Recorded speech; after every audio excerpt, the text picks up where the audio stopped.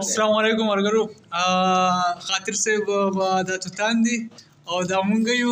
او دا پارټي ده او خاطر صاحب په ټول خبره بس دا توتان چې دي دا دلارم صاحب راوړي دي او توتان ما ډېره موده بعد وخوړه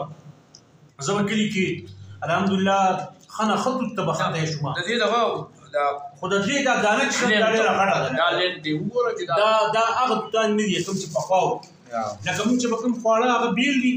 او دا دلارم صاحب چې دی پته نه لګي دا به قلمي او قلمي توت دی لکه دا ده او باقي دا ډېر خوراک یې ښه نه وي لکه ایزکۍ ماشومان به هم ډېر شاتوت ویلی شي دا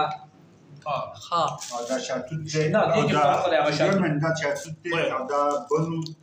دیخان واټ په دغه علاقو کې ډېر زیات دي ها دلارم صاحب ته ووایه چې دا علاوه د دې اساسو د طرف نه علاوه چاته بل څه شته نه دا چېرته زموږ مشر ورور یو بوټی کتلی دی پته نشته چې دا کوم ځای نه راوړی پخوانی نه موږ په یو 5-6 سال دی کېږي 4-5 ساله او داسې په دې خوا شا کې مې داسې بل بوټی لیدلی نه دی البته نور شته خو هغه سپین چاته کېږي او دغه د امیر باچا صاحب پښتو یوه ډبه د سګرټ باندې ما لګوه په نیمه شپه دې بیرې راوړې بیرې دې نه خورم ما توتان خوړلي دا امیر باچا په یو اولني البوم کې 3-5 البومو کې دا ټپه ویلې ده په نیمه شپه دې بیرې راوړې بیرې دې نه خورم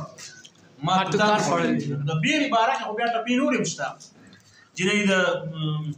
د بیرې سر له راغله سپوږمۍ د